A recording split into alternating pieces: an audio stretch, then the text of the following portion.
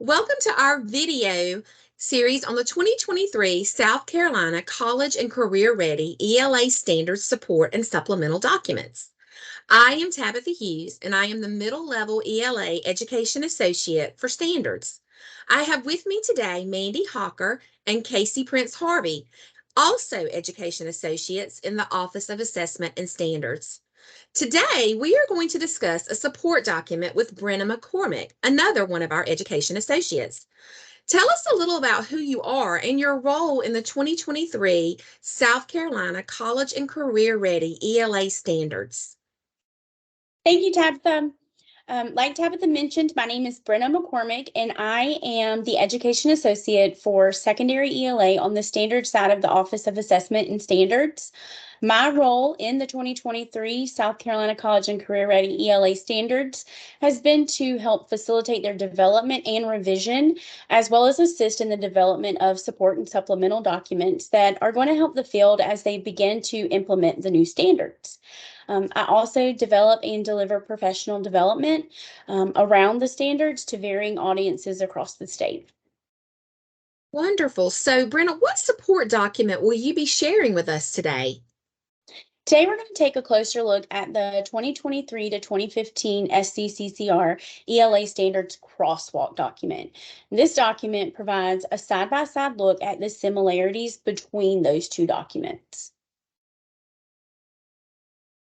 Okay, Brenna, I have a question. So, in your opinion, what are the three most important things that someone needs to know as they enter the crosswalk document?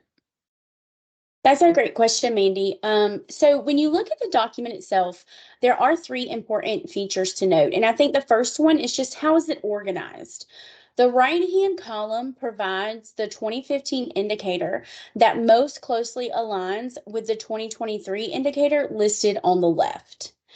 Secondly, you may sometimes see that part of a 2015 indicator has been crossed out.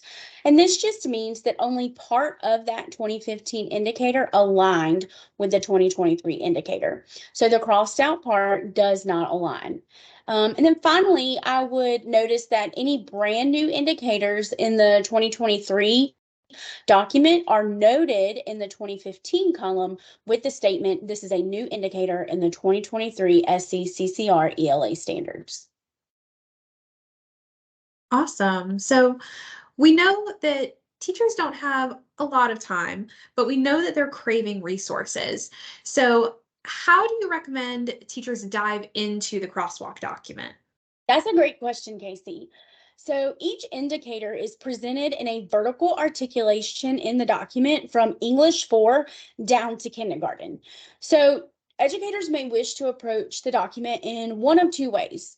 They could look at the entire vertical articulation for each indicator to notice the major similarities and differences across all grade levels. Or they could hone in on just their grade level and the grade level before and after theirs. This is going to help them notice the changes that they are responsible for in their classroom, but it also gives them an idea of how to differentiate instruction and support striving learners and those learners who may be ready to move ahead. Brenna, we know that in South Carolina, we have so many different types of teachers. We have ELA teachers that are brand new to the field, some that are second career as educators, but we also have some that are veteran teachers. Keeping that in mind, what advice do you have to someone who is just starting to study ELA, but also starting to study the crosswalk document? Yeah, absolutely. So I think that the best thing that an educator can do is to set aside some protected time to really dive into it and to just make that a priority.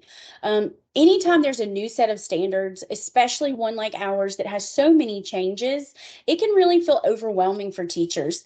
And our first year teachers or our new to ELA teachers are going to be especially overwhelmed because they're brand new to this.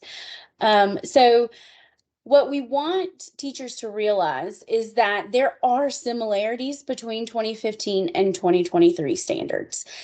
They do not have to throw everything out and start completely over.